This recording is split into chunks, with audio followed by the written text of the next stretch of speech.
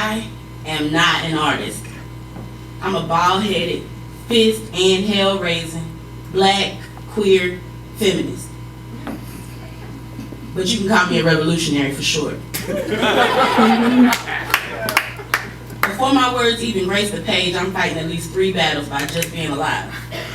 Excuse me if I don't take time to compose perfectly constructed thoughts that turn into complete sentences.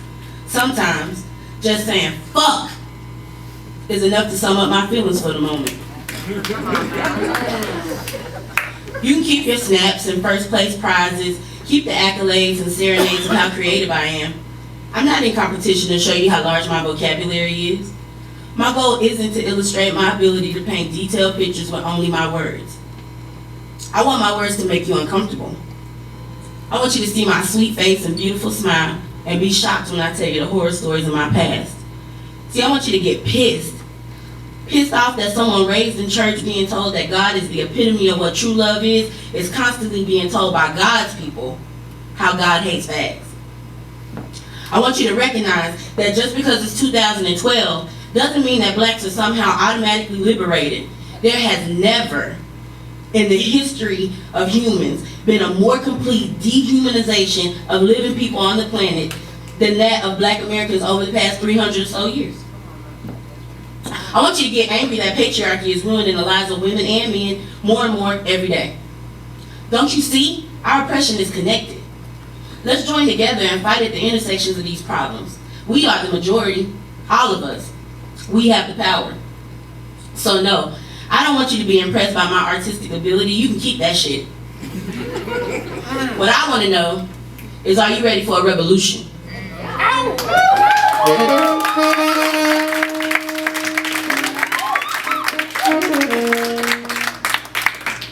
Okay, y'all with me, so. I'm just kidding. Okay. All right. I'm gonna see if y'all still stay with me. So, okay, this poem is actually, or if you want to call it, they can call it whatever you want to call it. It's very important to me. I want to dedicate it to a very special person that came tonight, which I'm happy that she came. Her name's Maxine Cousins. She's go ahead. She is like the dopest, if y'all don't know her, and you should get to know her. I want to say I changed my opinion. I used to have a different answer for this, but I think if you ask me now who my favorite activist is, that's who it would be, because she's dope. She fight the fight by herself. She would be a crap. Okay. Y'all ready? Okay. Call me a nigger with an AH or an ER.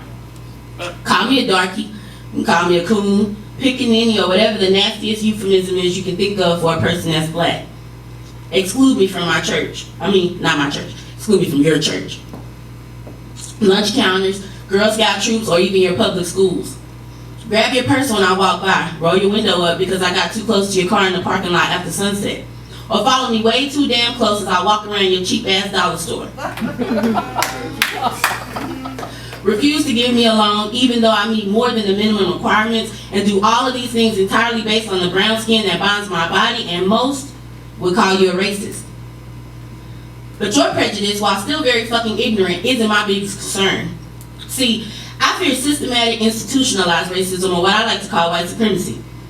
If this type of discrimination didn't exist, then Marissa Alexander, a black woman, wouldn't have been sentenced to 20 years for firing a warning shot at her abuser who is still alive, while Casey Anthony is free to roam the streets. Or Troy Davis, a black man, would not have been legally lynched by the fucking state of Georgia based on hearsay and false testimonies that he killed a white cop. And George Zimmerman, a white man, would not have been a free man for nearly 2 months immediately following the murder of a black child, Trayvon Martin. See, in a justice system designed to protect all regardless of skin color, when a husband and a father who was arrested for a misdemeanor and ended up murdered while in police custody, the cop that killed him would at least be charged, but definitely not promoted to train future officers. Still pissing me off. On December 2nd, 1983, Wade Suttles was murdered by the Chattanooga Police Department. Lies, deception, corruption, and fraud were all used relentlessly to cover up what become one of the Phoenix City's many cases of unjustified murder by cop. If your skin color is not white, you can be arrested for the smallest infraction if the wrong cop is on duty. Sometimes, you don't even have to commit another crime other than being born black. It is not okay for you to sprain my sister's wrist because she demanded to be respected by you. You cannot shine your lights in my window while me and my family attempt to sleep.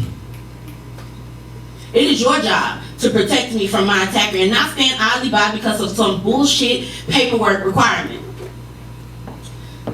But if you don't do it, we will. We will stand up for our rights. We'll teach our children to demand respect.